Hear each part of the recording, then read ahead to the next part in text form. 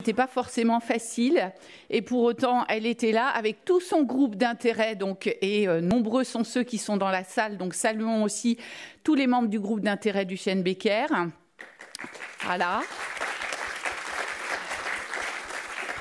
Et puis un autre deuxième grand pilier de cette organisation, Sylvie Marion. Je ne sais où elle est, voilà.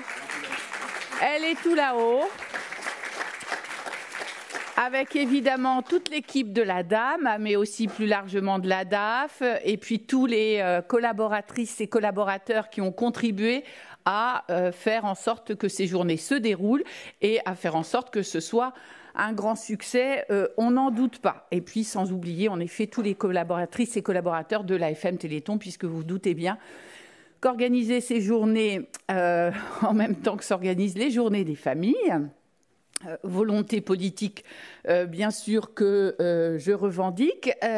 On voit que côté logistique, côté organisation, il y a forcément beaucoup à apprendre pour renouveler la dite opération, mais en tout cas, elle se fait et on est vraiment, vraiment ravis. Je sais que la fréquentation est aussi de très bonne qualité, forcément en qualité, et puis aussi en nombre. Et que c'est aussi quelque chose de très encourageant. Alors pourquoi ces journées? Je ne vais pas faire très long parce qu'ensuite Emmanuel évidemment donnera aussi un certain nombre d'informations et à n'en pas douter, il y a des informations qui vont être peut-être un tout petit peu redondantes. Mais en tant que présidente de l'AFM Téléthon, j'avais vraiment envie de partager avec vous un certain nombre d'éléments en introduction à ces journées. D'abord, pourquoi ces journées? Et quand on dit Duchesne Becker ou Becker Duchesne, c'est clair qu'il y a forcément toujours aussi des spécificités pour ces deux grands groupes de pathologies. Et donc, pour ce qui concerne la myopathie de Becker, en effet, des spécificités aussi. Parfois, des décrochages peut-être dans le cadre de la prise en charge médicale ou en tout cas de la volonté de certaines et certains d'aller régulièrement en consultation pluridisciplinaire. Donc je pense que tout cela est un des éléments qu'il faudra aussi évoquer. Pour ce qui est de la myopathie de Duchesne, pourquoi ces journées et des journées plus spécifiques adultes? Je sais que c'est des choses qui ont été, ah oui, adulte, pourquoi adulte, mais on est adulte quand, etc. On ne va pas revenir sur tout cela. Mais très clairement, et celles et ceux, puisque évidemment, y compris dans la myopathie de Duchesne, il n'y a pas que des garçons, même si c'est la très très grande majorité, mais je pense aussi aux problématiques filles, ne pas oublier aux problématiques des transmettrices, etc. Donc, dans la myopathie de Duchesne, une meilleure qualité de la prise en charge au cours de toutes ces années, je dirais de ces dizaines d'années, c'est clair, de la prise en charge médicale. Avant, ça ne concernait que les neuropédiatres, on va dire, et puis ensuite les consultes adultes et les consultes pluridisciplinaires, c'est clair. Une espérance de vie plus longue, améliorée, et je croise des regards qui me parle de plein de choses, mais pour autant des problématiques nouvelles.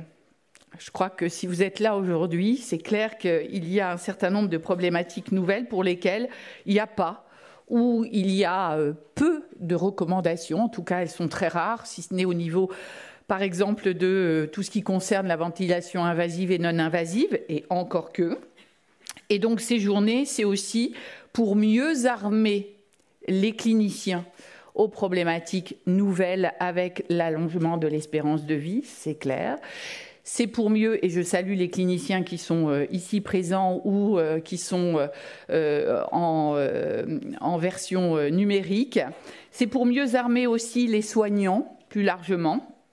Ils sont aussi nombreux à être dans la salle, y compris nos professionnels de l'accompagnement. Et nous avons beaucoup des représentants de nos services régionaux et je pense qu'ils étaient même encore beaucoup plus nombreux à souhaiter être présents. Mais toutes ces problématiques nouvelles, comment on accompagne mieux dans ce parcours de santé qui inclut le parcours de soins, c'est extrêmement important parce qu'il faut absolument que l'allongement de l'espérance de vie s'accompagne aussi d'une très bonne qualité de vie.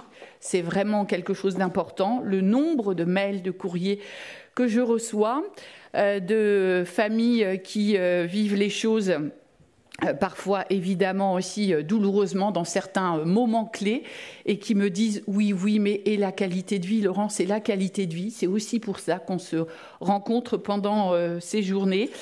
Qualité de vie pour les personnes concernées, qualité de vie pour les aidants aussi.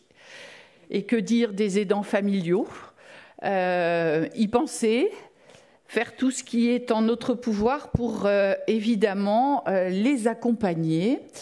Et ça, c'est aussi un devoir de notre association. Et puis, quand je me mettais quelques éléments clés à partager avec vous, et puis quand je regardais le programme de ces journées, je me disais qu'on a fait cela et ça a été réalisé et sous la plume de Jeanne, de Sylvie et de toutes celles et tous ceux qui ont contribué bien évidemment, mais c'est un peu comme si on avait un hôpital qui aujourd'hui était à peu près dans le même état qu'il y a 2 ans ou 3 ans. Ce n'est pas du tout le cas. Ça ne vous aura pas échappé.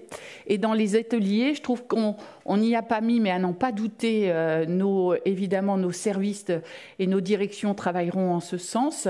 Aujourd'hui, il ne vous a pas échappé que l'hôpital public ne va pas bien du tout. Et qu'il y a une thématique qui est ô combien importante pour le public dont on parle aujourd'hui, c'est-à-dire notamment l'accueil aux urgences.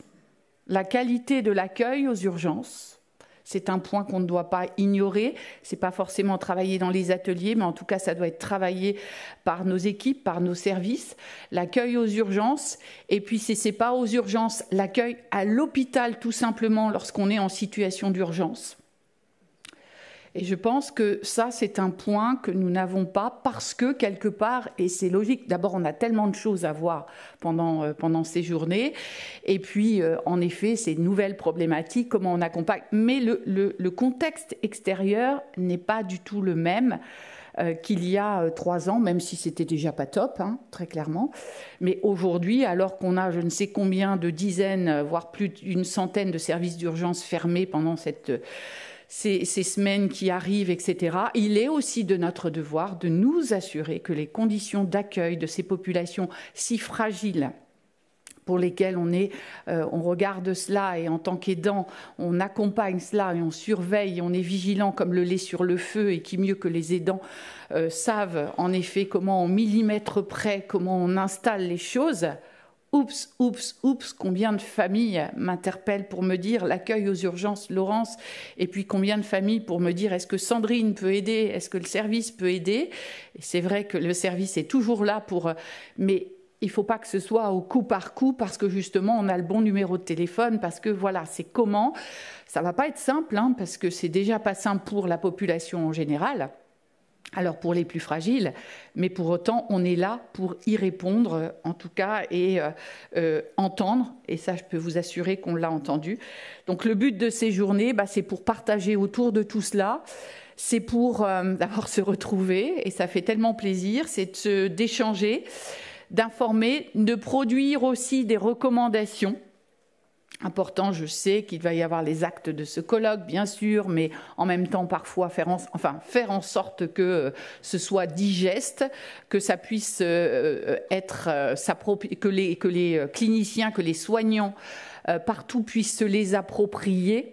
Ça, c'est important parce que si on fait beaucoup de production, de la production écrite et qu'il n'y a pas d'appropriation, ça ne va pas servir à grand-chose. Mais il faut qu'il y ait vraiment appropriation de toutes et de tous. Je pense les cliniciens ont très envie de cela. Tous les centres de référence de compétences, toute la filière Filmemuse attend cela aussi avec impatience. Nos professionnels de l'accompagnement aussi. Et puis, évidemment, tous les soignants. Et donc, encore une fois, je suis vraiment ravie que ça puisse se réaliser, avoir lieu, tirer les enseignements de tout ce qui est positif. Et l'accueil ici, enfin les conditions d'accueil ici, je pense qu'elles sont vraiment sympathiques, c'est le moins qu'on puisse dire.